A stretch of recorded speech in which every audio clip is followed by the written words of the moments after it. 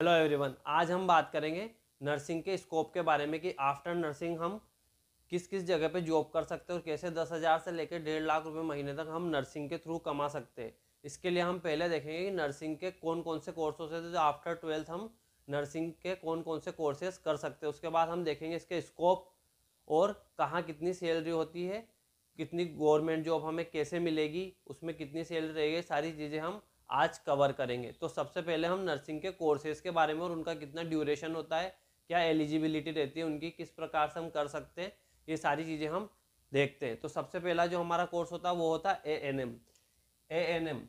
इसका full form होता है ऑक्सिलरी नर्स मिडवाइफ। ये 2 ईयर्स का कोर्स होता है और आफ्टर 12th हम इसको किसी भी सब्जेक्ट से कर सकते हैं। नेक्स्ट होता है हमारा जी एन एम एक डिप्लोमा कोर्स है। इसका फुल फॉर्म है जनरल नर्सिंग एंड मिडवाइफ। ये 3 ईयर्स और 6 मंथ की इसकी इंटर्नशिप रहती है, यानी कि ये 3.5 साल का होता है। 3 साल तक इसकी थ्योरिकल चलती है और 6 महीने इसका प्रैक्टिकल चलता है हॉस्पिटल के अंदर।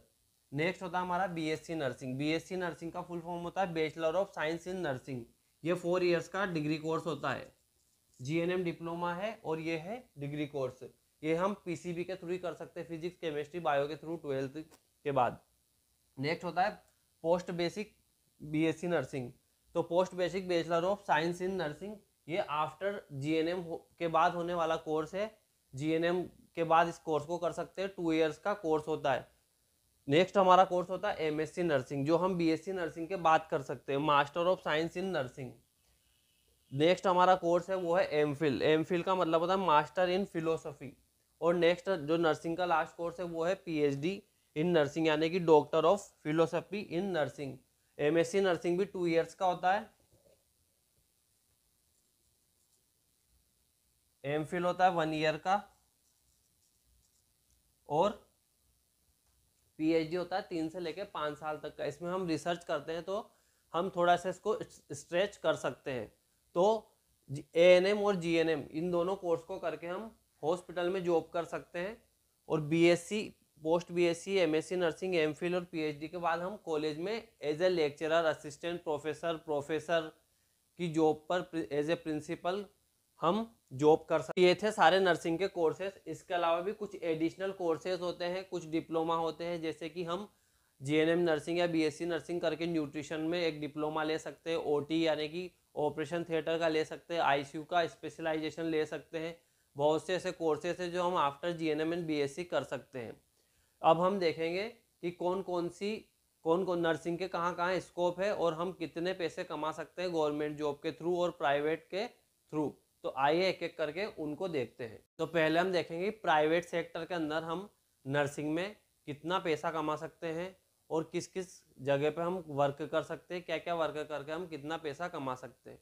तो उसके बाद हम देखेंगे गवर्नमेंट का। तो पहले प्राइवेट का देखते हैं। तो सबसे पहले आप as a staff nurse hospital के अंदर as a staff nurse work कर सकते हो। अगर आप जीएनएम या बीएससी किए हुए हो और आप एज ए फ्रेशर हो तो आप 10,000 से लेके 10K to 20K according to hospital, 10,000 से लेके 20,000 रुपये पर मंथ तक आपको इसमें सैलरी मिलती है। नेक्स्ट है as a lecturer and professor. अगर आपने बीएससी नर्सिंग या एमएससी नर्सिंग की हुई है या एमफिल या पीएचडी की हुई है तो बीएससी नर्सिंग के बाद आप एज ए फ्रेशर आपको 15,000 50K यानी कि 15,000 से लेके 20,000 तक इसमें भी आपको मिल सकता है। और अगर आप एज ए प्रोफेसर वर्क कर रहे हैं तो 30,000 के समथिंग इसकी सैलरी रहती है, स्टार्टिंग सैलरी। नेक्स्ट इसके बाद रहता है, अगर आपको एक्सपीरियंस बढ़ता जाता है तो उसके बाद वाइस प्रिंसिपल, फिर प्रिंसिपल। तो आप इसमें स्टडी के थ्रू 10,000 से लेके 1 लाख रुपए तक इसमें भी कमा सकते हैं according to your post.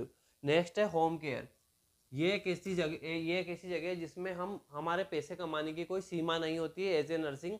Home care ये होता है कि हम जब नर्सिंग करते हैं और हॉस्पिटल के अंदर जॉब करते हैं तो जो भी पेशेंट्स है जिनका लंबा ट्रीटमेंट चलना है, लॉन्ग ट्रीटमेंट चलना है, जब वो हॉस्पिटल से डिस्चार्ज लेते हैं उसके बाद उनको होम केयर की ज़रूरत पड़ती है, ऐसे नर्सेस की ज़रूरत पड़ती है जो उनको घर पे जाके केयर प्रोवाइड कर सके।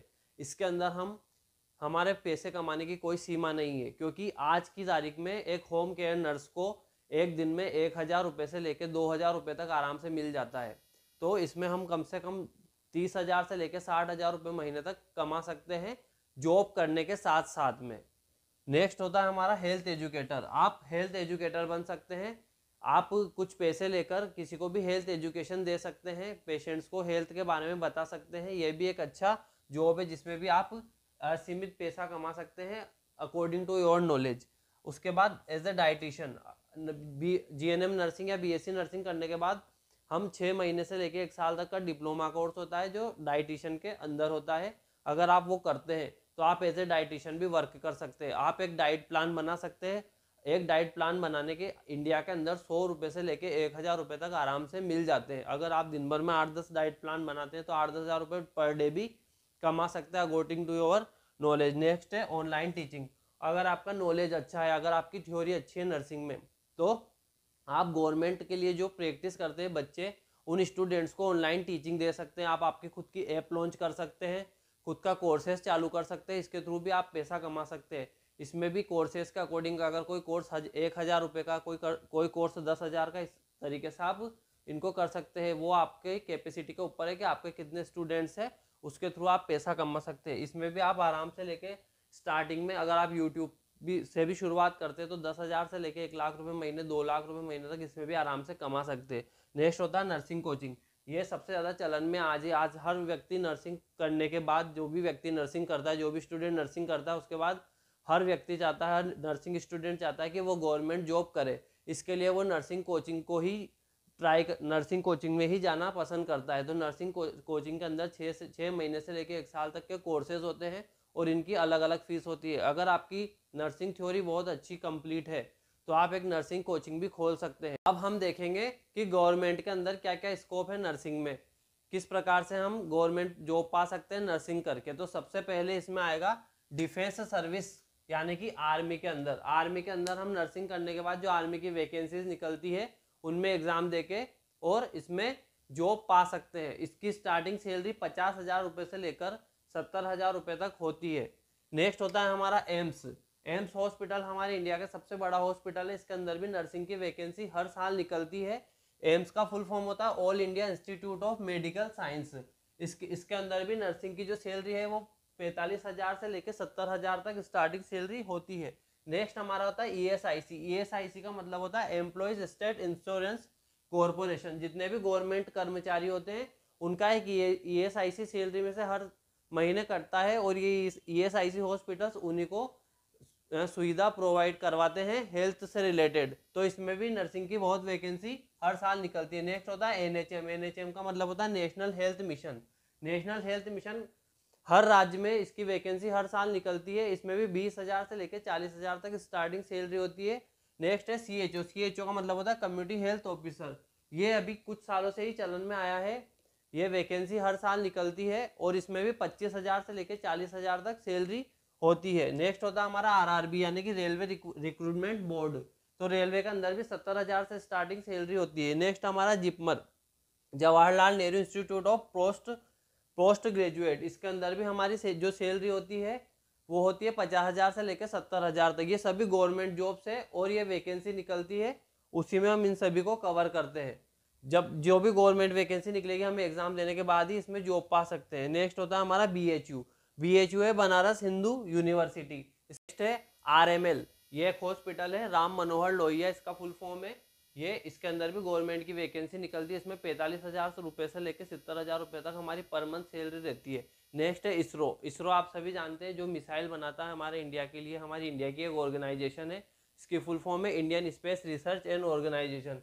इसमें भी नर्सिंग की वैकेंसी निकलती है। टफ एग्जाम होता है बट अगर हम इसे क्लियर कर लेते हैं तो 1.5 लाख रुपए से 2 लाख रुपए महीने तक हमें इसमें पर मंथ सैलरी मिलती है। नेक्स्ट है RAK, Rajkumari college of nursing. ये दिल्ली में स्थित है और इसमें टीचिंग की वैकेंसी निकलती है गवर्नमेंट की। इसमें भी 1 लाख रुपए महीने से स्टार्टिंग सैलरी होती है। नेक्स्ट है हमारा MPPAB, यानी कि Madhya Pradesh professional examination board, जो कि इसकी वैकेंसी अभी रिसेंटली निकली है और अभी इसके एग्जाम हुए नहीं है। तो इसमें भी हम वैकेंसी में इसको क्लियर करके हम आराम से 40,000 रुपये महीने तक इसकी सैलरी होती है। नेक्स्ट होता है DSSB। यह है Delhi subordinate service selection board. इसमें भी वैकेंसी निकलती है, दिल्ली के अंदर स्थित है। इसमें भी 55,000 से लेकर 60,000 तक पर मंथ सैलरी रहती है। नेक्स्ट होता है पिजमर। ये चंडीगढ़ में स्थित है, ये एक मेडिकल कॉलेज है और हॉस्पिटल भी है। Post graduate institute of medical education and research. और उसके बाद है नर्सिंग कॉलेजेस, जितने भी गवर्नमेंट नर्सिंग कॉलेजेस है उसमें नर्सिंग की वैकेंसी निकलती है। तो ये थे सारे नर्सिंग के कोर्सेस और नर्सिंग के स्कोप्स कि कहाँ कहाँ हम नर्सिंग में जॉब कर सकते हैं और 10,000 से लेकर 1.5 लाख रुपए महीने तक आराम से कमा सकते हैं। इन सभी को हमें क्लियर करने के लिए, इन सभी वैकेंसी को क्लियर करने के लिए हमें सिर्फ एक ही चीज़ की ज़रूरत है, वो है थ्योरेटिकल नॉलेज और पढ़ाई करना। अगर आप पढ़ाई करते हैं अच्छे से तो आप ये सभी जॉब आसानी से पा सकते हैं। आई होप आपको ये वीडियो अच्छा लगा। मिलते हैं नेक्स्ट वीडियो में, तब तक के लिए थैंक यू।